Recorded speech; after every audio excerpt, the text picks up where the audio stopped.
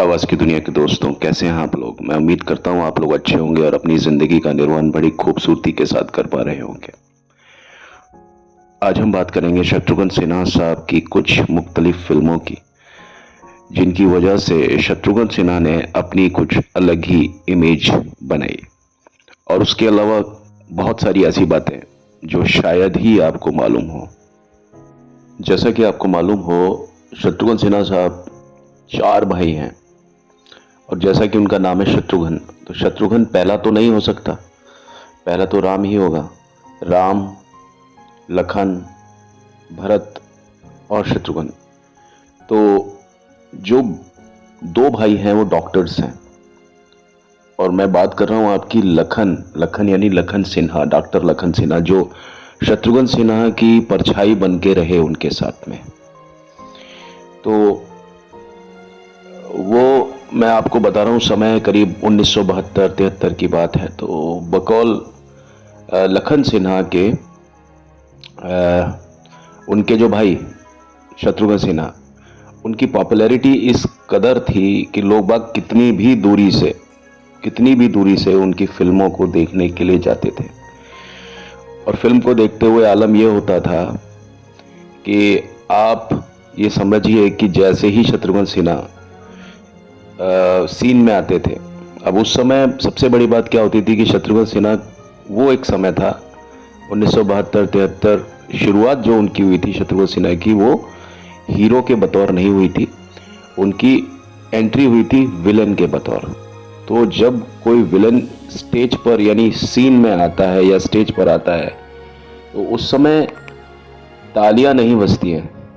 वो जब कुछ कर देता है सीन में, तब तालियां बेशक बजें।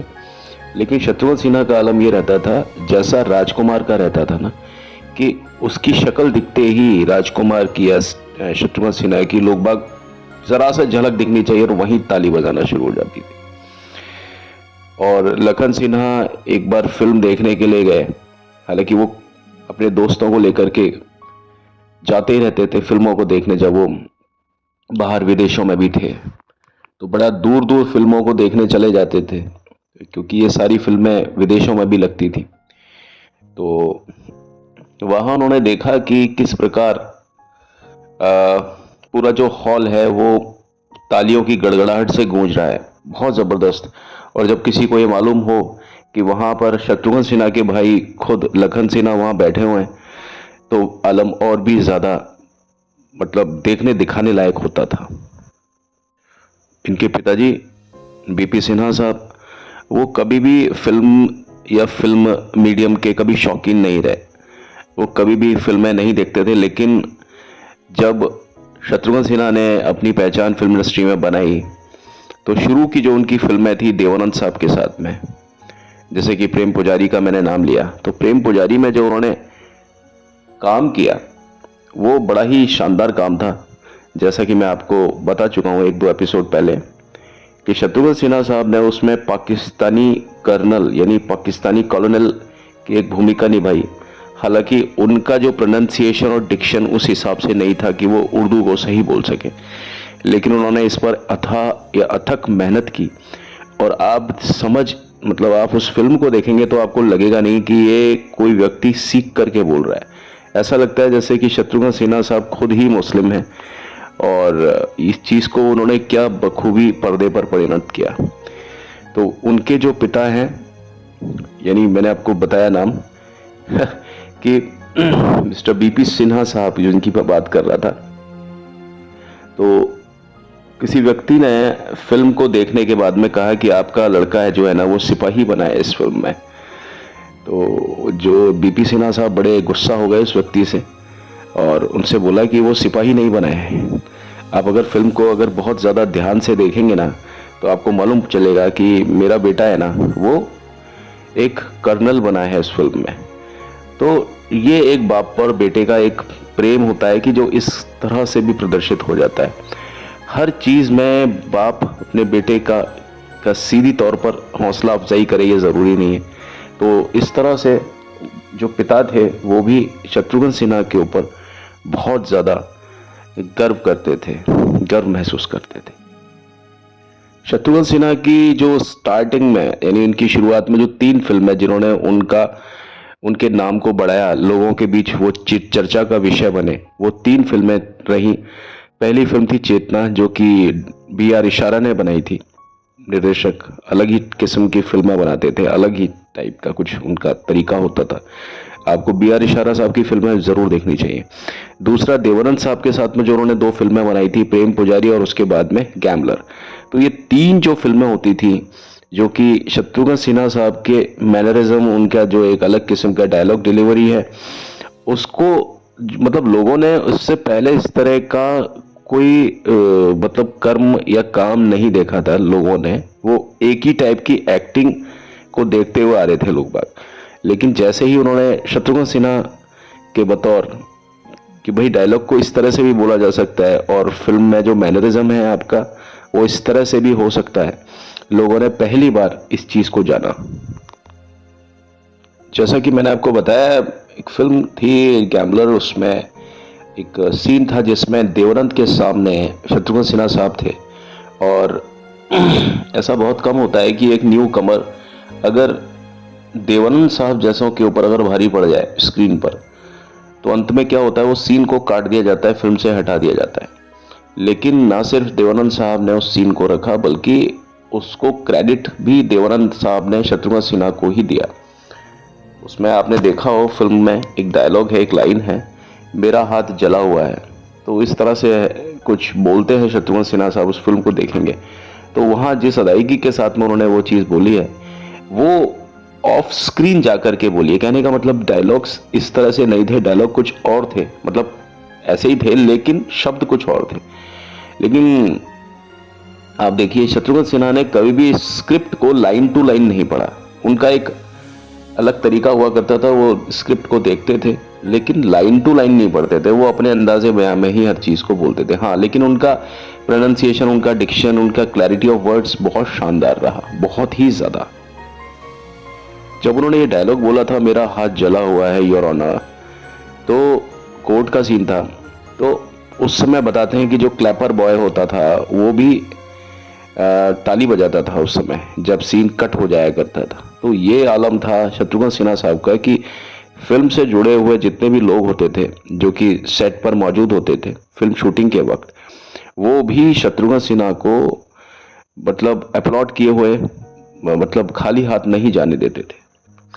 तो कुछ ऐसा कुछ रहा था शत्रुघ्न सिन्हा का हमारे लोगों के ऊपर।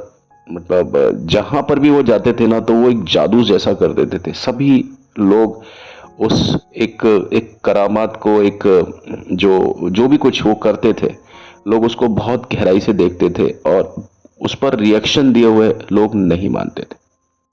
और जिस फिल्म ने खास तौर पर मतलब इन 3 फिल्मों के अलावा जो एक चौथी जो फिल्म थी जिसका नाम शत्रुघ्न सिन्हा साहब बार बार लेते हैं, उस फिल्म का नाम था खिलौना, जो बनी थी 1970 में और जिसे डायरेक्ट किया था चंद्र वोरा साहब ने।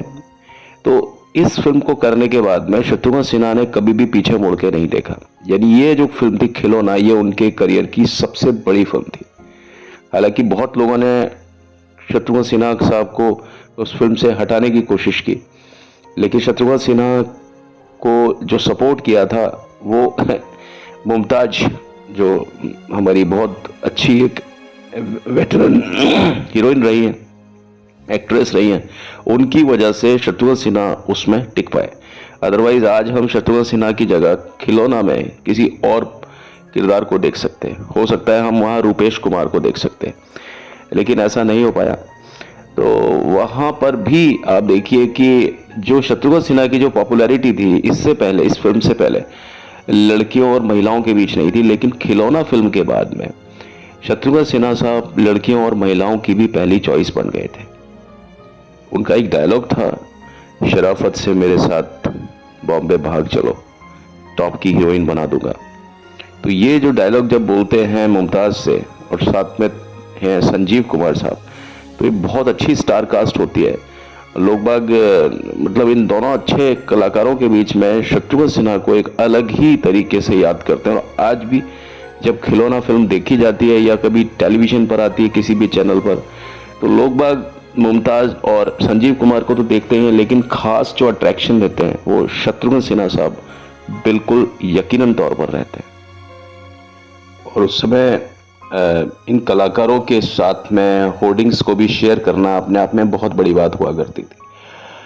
उसके अलावा जो दो और फिल्में थी जिन्होंने शत्रुघ्न सिन्हा को बहुत ज़्यादा लाइमलाइट में लाने का काम किया, वो फिल्में रही भाई हो तो ऐसा, जो कि 1972 1972 में प्रदर्शित हुई, और उसी साल में रामपुर का लक्ष्मण यानी 1972 में ही ये दोनों जो फिल्में थी ना, ये as being the villain Shatrughan Sinha की, जिसको हम बोलते हैं ना माइलस्टोन मूवी में, इन दोनों फिल्मों को रखा जा सकता है। उसमें जो फिल्म थी भाई हो तो ऐसा, उसमें जब शत्रुघ्न सिन्हा साहब लाल रंग की शॉल लपेटे हुए आते हैं और बोलते हैं, एक क्षमा याचना जो करते हैं वो सीन, और रामपुर का लक्ष्मण फिल्म का एक डायलॉग, माँ को मत बताना कि मैं ही हूँ। अब ये जो छोटे छोटे जो डायलॉग्स थे ना, जिनको हम कुछ कहते हैं ना कि अननोटिसेबल होते हैं, ये चीज़ भी शत्रुघ्न सिन्हा की खास तौर पर फिल्मों में नोटिस की जाती थी। और मतलब पहली बार ऐसा हुआ था कि लोगों की आंखों से आंसू आ जाते थे, लोग बहुत ज़्यादा सिंपैथिक या सिंपैथेटिक हो जाते थे शत्रुघ्न सिन्हा साहब के लिए। यानी वो शत्रुघ्न सिन्हा का जो कैरेक्टर हुआ करता था फिल्म में, भले ही विलेन का कैरेक्टर हुआ हो, वो लोग बाग जो होते थे वो उस कैरेक्टर को समझते थे और उस कैरेक्टर की मजबूरी को समझते थे।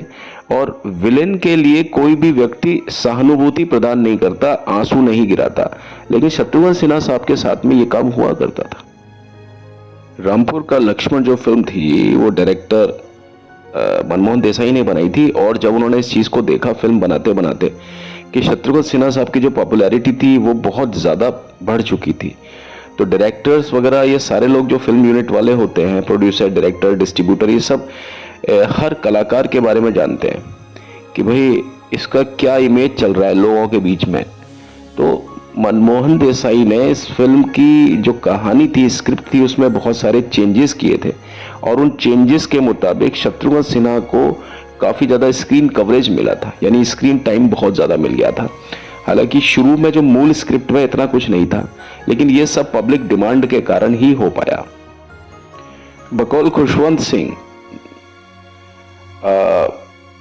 शत्रुघ्न सिन्हा साहब पहले एक ऐसे विलेन हैं हिंदी सिनेमा के, जो कि अपनी फिल्मों में एक रोमांटिक एंगल को क्रिएट कर पाए। यानी एक विलेन तो है, लेकिन वो जब आता है तो एक रोमांटिक ऑरा क्रिएट कर देता है। यानी लड़कियां और महिलाएं भी शत्रुघ्न सिन्हा को बहुत ज्यादा चाहती थी। ये बात खुशवंत सिंह साहब ने अपने एक इंटरव्यू में और एक एडिटोरियल जो लिखा था उसमें इस बात को उन्होंने प्रदर्शित किया था। लोग बाग बताते हैं कि आलम यह हुआ करता था शत्रुघ्न सिन्हा साहब का कि साउथ जो इंडस्ट्री थी, साउथ इंडियन फिल्म इंडस्ट्री, वहां पर भी जब ये फिल्में लगती थी, हिंदी फिल्में लगती थी, जहां पर कि कोई भाषा को समझता नहीं था, यानी जो भी जैसे हमारे जो दक्षिण भारतीय जो हमारे भाई बहन हैं वो हिंदी को नहीं समझते, तमिलियंस हैं या जो भी है, जो तेलुगु, तमिल, मलयाली, वहाँ पर ये भाषाएं चलती, लेकिन उसके बावजूद भी शत्रुघ्न सिन्हा साहब की जो फिल्में हुआ करती थी वो उनके सर पर चढ़ कर के बोलती थी। उनका जादू बहुत तेज होता था वहाँ पर। यानी वो लोग डायलॉग को नहीं समझते थे, वो लोग नहीं समझते थे कि ये कैरेक्टर बोल के आ गया, क्योंकि उन्हें हिंदी नहीं आती थी। अब जैसे फिल्म थी आपकी मेरे अपने, जो कि 1972 में रिलीज हुई थी, गुलजार साहब ने उस फिल्म को बनाया था। तो उसमें एक डायलॉग होता है जो कि शत्रुघ्न सिन्हा आते हैं स्क्रीन पर और बोलते हैं कि आए तो बता देना या आए तो कह देना छेनू आया था। अब देखिए ये छोटा सा एक डायलॉग है, लेकिन इसकी वजह से जो ऑडियंसेस होते थे, ये मैं दक्षिण भारतीय जो सिनेमा वहाँ के जो मतलब थिएटर्स होते थे वहाँ उनकी बात बता रहा हूँ, तो वहाँ लोग बाग तालियां बजाते थे खड़े होकर के पागलों की तरह से, छोटा सा डायलॉग में। और आप देखिए वो एक्टर कहाँ से हैं, बिहार से हैं, और ये जो आलम था ये कहाँ होता था, ये सारा माहौल कहाँ देखते लोग बागों के बीच में। मतलब ये बात जनरल थी कि शत्रुघ्न सिन्हा साहब की फिल्मों में भाषा किसी भी तरह की कोई रुकावट नहीं होती है। दर्शक उनको हाथों हाथ लेते थे। अब वो दर्शक चाहे किसी भी भाषा का जानकार हो, लेकिन शत्रुघ्न सिन्हा की जो फिल्में आती थी वो हिंदी भाषा में आती थी, लेकिन उससे कोई भी फर्क नहीं पड़ता था किसी को भी। तो पॉपुलैरिटी का जब ये आलम हो जाए तो आप समझिए कि उस स्टार की इमेज दर्शकों के बीच में क्या होने वाली है, ये बताने की जरूरत नहीं है। हालांकि एक अलग बात रही कि जब मेरे अपने फिल्म का जब प्रीमियर रखा गया तो उसमें शत्रुघ्न सिन्हा साहब मौजूद नहीं थे, क्योंकि शत्रुघ्न सिन्हा को ये लगता था कि गुलजार साहब ने शत्रुघ्न सिन्हा के साथ में फिल्म में पक्षपात किया है। यानी उन्होंने जो विनोद खन्ना पर ज्यादा तवज्जो दी है, बहुत ज्यादा ध्यान दिया था फिल्म में, लेकिन वो शत्रुघ्न सिन्हा साहब का ही अपना खुद का एक प्रयास था जिसकी वजह से शत्रुघ्न सिन्हा साहब फिल्म में हिट हो पाए। और कोई भी ऐसा सीन नहीं है जहां पर विनोद खन्ना ने शत्रुघ्न सिन्हा को टक्कर देकर के उससे ज्यादा हुए हो। हालांकि विनोद खन्ना की जो पर्सनालिटी थी बहुत गजब पर्सनालिटी थी, लोग आज भी जानते हैं, समझते हैं उस चीज को। तो ये बताया था कि गुलजार साहब के बारे में शत्रुघ्न सिन्हा मतलब बहुत अच्छी इज्जत रखते हैं, उनको उनको बहुत ज्यादा मानते हैं, लेकिन इस फिल्म के मुहूर्त में मतलब इसका जो प्रीमियर हुआ था उसमें शत्रुघ्न सिन्हा साहब नहीं पहुंचे थे। इस फिल्म के बाद में शत्रुघ्न सिन्हा को स्टार मान लिया गया था फिल्म मेरे अपने के बाद में। फिल्म दोस्त को कौन भूल सकता है, गाड़ी बुला रही है, सीटी बजा रही है, चलना ही जिंदगी है, चलती ही जा रही है। अब उस फिल्म में आप देखिए धर्मेंद्र साहब भी हैं और हेमा मालिनी भी है। इस फिल्म में एक एक्सपेरिमेंट किया था शत्रुघ्न सिन्हा साहब ने कि वो अपनी आवाज को उन्होंने बदला था। हालांकि जब प्रीमियर के समय शत्रुघ्न सिन्हा साहब बताते हैं कि वो बालकनी में थे और बहुत ज्यादा हल्ला गुल्ला मच रहा था ऑडियंसेस के बीच में, और वो मतलब हूटिंग बहुत जबरदस्त हो रही थी और शत्रुघ्न सिन्हा साहब की आंखों में आंसू थे, क्योंकि उन्होंने ये सोचा था कि ये फिल्म कहीं फ्लॉप ना हो जाए। तो क्योंकि उस फिल्म में शत्रुघ्न सिन्हा ने, जैसा कि मैंने आपको बताया होगा, कि आवाज को बदला था, और ये करना बड़ा टफ होता है और ये अपने आप में एक अलग किस्म का एक्सपेरिमेंट था कि अपनी आवाज को ही अगर कैरेक्टर ने चेंज कर लिया, और वो भी शत्रुघ्न सिन्हा साहब जिनकी आवाज को सुनने ही लोग बाग स्टेज मतलब वहां जाते थे, जो आपका थिएटर्स में, वो आवाज को ही बदल दिया उन्होंने। अब लोगों ने न जाने उनकी आवाज को कैसे लिया हो, क्वालिटी, क्योंकि लोग बाग उनकी आवाज को उनके अंदाज के साथ एक्सेप्ट कर चुके थे। लेकिन यही काम आप देखिए अमिताभ बच्चन ने भी किया। फिल्म 1989 में 89-90 में अग्निपथ जो फिल्म आई थी, वहां पर अमिताभ बच्चन ने भी जो पात्र निभाया था विजय दीनानाथ चौहान का, वहां पर उन्होंने उसी प्रकार से अपनी आवाज को बदला। लेकिन इस एक्सपेरिमेंट में शत्रुघ्न सिन्हा साहब अमिताभ बच्चन से बहुत ज्यादा आगे थे। तो जब शत्रुघ्न सिन्हा साहब दोस्त फिल्म के प्रीमियर से लौट रहे थे तो उन्होंने वो जो बज़ था और वो चीयरिंग और वो हूटिंग जो सुना, वो अपने आप में एक अलग किस्म की चीज थी। तो शत्रुघ्न सिन्हा को ये मालूम चला कि ये फिल्म हिट है, सुपर हिट है। और आप इस बात को समझें कि जितनी पब्लिसिटी अमजद खान साहब को गब्बर सिंह का रोल निभाने के लिए फिल्म शोले में, इतनी पब्लिसिटी नहीं मिली थी। यानी गब्बर सिंह के डायलॉग भी बहुत बाद में जाके मशहूर हुए थे। हालांकि गब्बर सिंह है, लेकिन जो प्राथमिकता, जैसे गब्बर सिंह की आवाज भी बदली हुई जैसी लगी थी कि भाई लोगों ने कहा था ये पतली आवाज है फिल्म शोले के लिए। मैंने अपनी फिल्म का रिव्यू भी दिया, उसमें कई मैंने जगह पर मैं शोले के बारे में ही बताया है अपने पिछले वीडियोस में, उनको आप देखिएगा। वहां पर मैंने इन बातों को बताया कि गब्बर सिंह जो है ना, वो अलग ही किस्म का जो प्रोनाउंसिएशन था, और हुआ यह था कि फिल्म से हटाने की कोशिश की थी, बहुत ज्यादा पॉलिटिक्स भी चली थी, लेकिन अंततः गब्बर सिंह ही एक ऐसा नाम है आज की तारीख में कि आप शोले में, हालांकि आप सबको याद रखते हैं सबको, लेकिन गब्बर सिंह कहीं ज्यादा है। लेकिन यह बताया जाता है कि गब्बर सिंह के डायलॉग से भी ज्यादा प्रशस्ति और उनसे भी ज्यादा, कहीं ज्यादा जो मतलब सुर्खियां थी, वो शत्रुघ्न सिन्हा साहब का जो डायलॉग अदायगी थी, जो कि उन्होंने संवाद अदायगी जो कि उन्होंने फिल्म दोस्त में जिस प्रकार जो किया, वो उसका लेवल कहीं ज्यादा हाई था बजाय गब्बर सिंह का किरदार करने में, जो कि अमजद खान साहब ने अभिनीत किया था फिल्म शोले में 1975। अमजद खान साहब तो फेमस होने वाले थे, लेकिन तब तक शत्रुघ्न सिन्हा साहब फिल्म दोस्त की वजह से ऑलरेडी फेमस हो चुके थे। ये एक इत्तेफाक रहा कि आपको भी मालूम होगा कि पहले गब्बर सिंह का जो पात्र था वो शत्रुघ्न सिन्हा साहब की झोली में आया था, लेकिन शत्रुघ्न सिन्हा साहब ने मना कर दिया था उस पात्र को करने के लिए। और ये भी एक इत्तेफाक है कि जो पात्र अमिताभ बच्चन ने निभाया शोले में जय के लिए, वो पात्र भी पहले शत्रुघ्न सिन्हा साहब की ही झोली में जाना था। लेकिन भाई नियति जो होती है ना, वो एक अलग ही चीज होती है। किसके नसीब में क्या आने वाला है कोई कुछ नहीं कह सकता, लेकिन दोस्त दोस्त है और शोले शोले है। अब देखिए साहब, दोस्त फिल्म के बाद में शत्रुघ्न सिन्हा साहब की जो पॉपुलैरिटी थी, उनकी जो फेम थी, वो इस कदर थी कि क्या कहें। आपको उसका एक किस्सा और मैं बताता हूं कि फिल्म आई थी बाबुल की गलियां, जो कि प्रदर्शित हुई थी 1972 में, जिसे बनाया था फिल्म मेकर एस.डी. नारंग साहब ने। और फिल्म के जो मेन कलाकार थे, जो मुख्य कलाकार यानी हीरो और हीरोइन, एक्टर एक्ट्रेसेस जो थे, वो थे संजय खान और हेमा मालिनी। और वहीं ये अपने शत्रुघ्न सिन्हा साहब भी थे उसी फिल्म में, आप देखिए। और वो नेगेटिव ही करते थे उस समय। अब आप समझें कि शत्रुघ्न सिन्हा साहब का भी फिल्म में कटआउट है, उधर हेमा मालिनी का भी कटआउट है और संजय खान का भी कटआउट है। मतलब जो फिल्म प्रमोशन के लिए हम पोस्टर वगैरह बनाते हैं तो वैसे ही कटआउट्स होते हैं।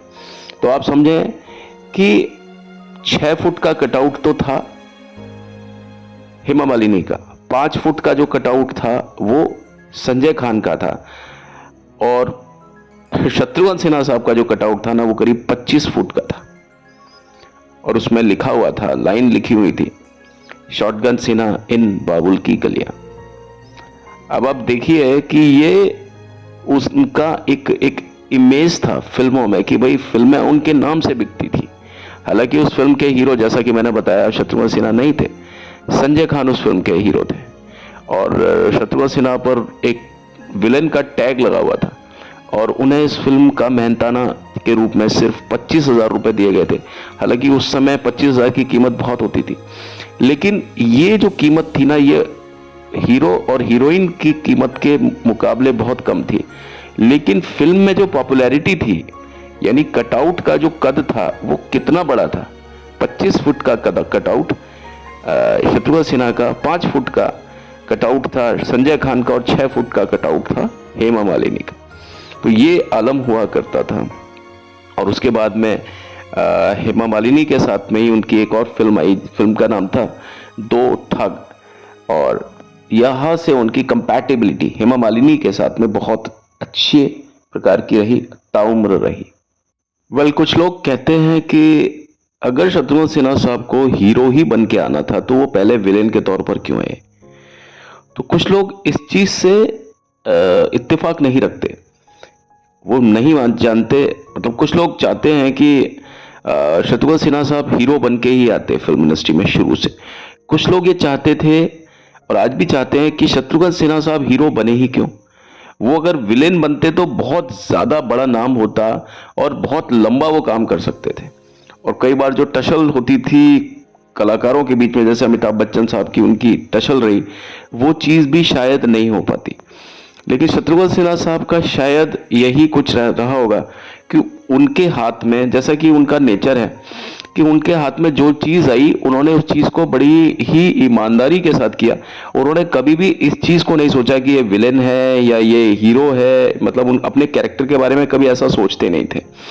जो भी कुछ चीज उनके हाथ में आती थी, जो भी चीज फ्लो में चल रही थी, उन्होंने उस फ्लो के साथ में ज्यादा मतलब जाना उचित समझा, बजाय उसके कि वो विलेनशिप के साथ चलें चाहे हीरोशिप के साथ में काम करें। उनके लिए नेगेटिव और पॉजिटिव कुछ नहीं होता था। उनके लिए वो एक रूटीन था, वो एक रूटीन विलेन थे। लेकिन वो हर अपने अदायगी में, अपने उसमें कुछ ऐसा रंग भरते थे, ऐसा कुछ स्टाइल रहता था जिसमें हर कलाकार उनको एक जैसा ही, आप देखिए कहने का मतलब है कि उनके अभिनीत किए हुए हर पात्र को आप एक ही अंदाज में देखेंगे। जहां तक बात स्टाइल की है, उसमें कैरेक्टर में रंग भरना है, तो शत्रुघ्न सिन्हा साहब का हर जगह पर पोटेंशियल एक जैसा ही है। हम शत्रुघ्न सिन्हा को जब देखते हैं सरसरी निगाह से, तो हमको शत्रुघ्न सिन्हा साहब हर जगह पर दमदार ही नजर आते हैं। बाद में जब हम उन कैरेक्टर्स को ध्यान से देखते हैं तब हमको लगता है यार यहाँ पर ये हीरो हैं, यहाँ पर ये विलेन हैं, लेकिन विलेन भी हैं तो हार्डकोर विलेन नहीं है। इस तरह के विलेन हैं जिनको अंत में अक्ल आ जाती है, समझ आ जाती है, या तो वो परिस्थिति का या गलत फहमी का शिकार होता है वो कैरेक्टर, जो कि शत्रुघ्न सिन्हा ने अपनी फिल्मों में किया। तो वो कोई हार्डकोर क्रिमिनल टाइप नहीं होते जैसा कि गब्बर सिंह ने किया, जैसा कि अमरीश पुरी, मोगैम्बो, मिस्टर इंडिया, उस टाइप का कैरेक्टर उनका नहीं रहा। जैसे रंजीत साहब को दिखाया गया फिल्मों में सिर्फ रेपिस्ट, कि वो सिर्फ रेप करने के लिए आते हैं, ऐसा लगता ही नहीं था कि Ranjeet as being the villain जो कि स्क्रीन पर दिखाया जाता था वो कभी सुधर भी सकता है वो विलेन। लेकिन शत्रुघ्न सिन्हा साहब का ये था कि शत्रुघ्न सिन्हा विलेन होकर के भी उनमें कुछ हीरो वाली बात रहती थी, क्योंकि वो पूरी तरीके से ब्लैक मतलब विलेन नहीं था, वो ग्रे विलेन था। कैरेक्टर ऐसा था कि वो कहीं भूला भटका हुआ होता था और बस उसको सिर्फ एक नसीहत की देर होती थी, या वो सिर्फ नसीहत से थोड़ा दूर रहते थे, एडवाइस यानी सलाह राय से थोड़ा दूर रहते थे। जो भी कोई व्यक्ति उनको फिल्म में कोई कैरेक्टर उनको जब सलाह देता था या उनकी गलती रियलाइज करा देता था, तो आप समझिए उस पल तो वो हीरो से भी बहुत ज्यादा बड़े दिखाई देते थे। क्योंकि उनकी फिल्मों में आप खास तौर पर ये चीज देखेंगे कि हमें बड़ा अच्छा लगता है जब शत्रुघ्न सिन्हा जो भी कोई किरदार उन्होंने किया एज बीइंग द विलन, जब वो विलन सुधरने पर आता है, वो चीज ऐसी होती है फिल्मों में कि वहां पर शत्रुघ्न सिन्हा के सामने कोई भी कैरेक्टर आता है ना, वो उसको खा जाते हैं।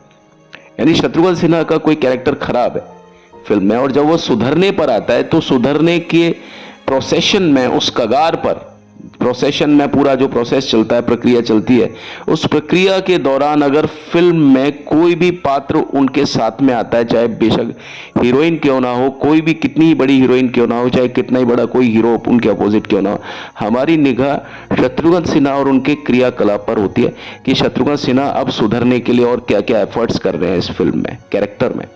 तो वो बड़ा ही अच्छा एक आलम हुआ करता था जो कि देखते ही बनता था। वो हर कैरेक्टर में एक मैनरिज्म को लेकर के आए। उन्होंने आ गले लग जा में भी जो डॉक्टर बने हैं, हालांकि वो विलन टाइप का कुछ है, लेकिन वहां मुझे लगता है कि उन्होंने अपनी इमेज से थोड़ा थोड़ा एस्केप कर रहे हैं। वहां पर वो जो एक कैरेक्टर है डॉक्टर का, जो मैंने बताया फिल्म आ गले लग जा में, वहां से लगता है वो थोड़ा सा एस्केप कर रहे हैं। और लोग ये चाहते थे, डायरेक्टर्स चाहते थे कि वो हीरो बन के आए, क्योंकि उन्होंने ये देखा था, डायरेक्टर्स ने, प्रोड्यूसर्स ने, निगाहें उनकी सब यही होती थी, यही चीज़ वो नोटिस करते थे कि ऑडियंस का कैरेक्टर के साथ में, किसी के पात्र के साथ में क्या आलम रहता है, क्या व्यवहार रहता है। तो शत्रुघ्न सिन्हा के आने पर ऑडियंस को बड़ा अच्छा लगता था, खुश होते थे, वो तालियां वगैरह बजाते थे। तो प्रोड्यूसर्स ने और डायरेक्टर्स ने, डिस्ट्रीब्यूटर्स ने और खुद पब्लिक ने धीरे धीरे करके शत्रुघ्न सिन्हा साहब को विलेन से हीरो की तरफ अग्रसर किया।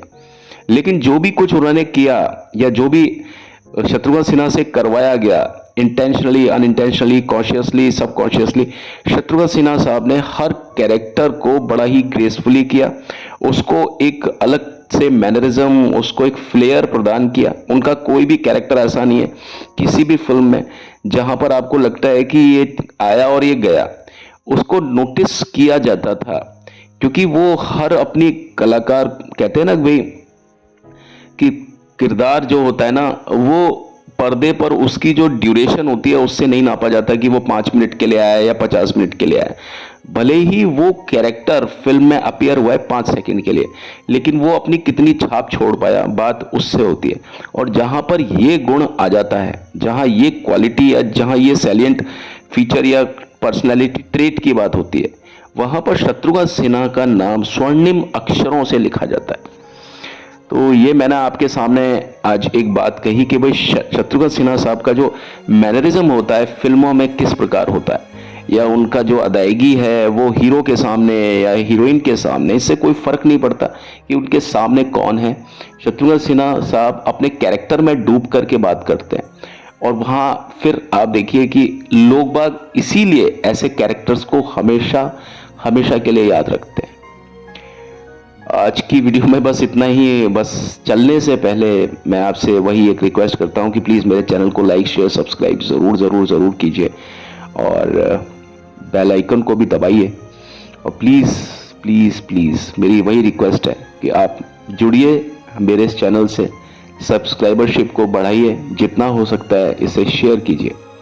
और रोज़ मैं, क्योंकि आपके लिए बड़ी मेहनत करके इन सारी चीज़ों को सोचता हूँ और फिर आपके सामने बोलता हूँ, उड़ेलता हूँ अपने इस बातों को, लेकिन उसमें मैं अपनी तरफ से कुछ नहीं कहता। जो सत्य है वो बताने की कोशिश करता हूँ, जो मेरा अनुभव रहा वो बताने की कोशिश करता हूँ।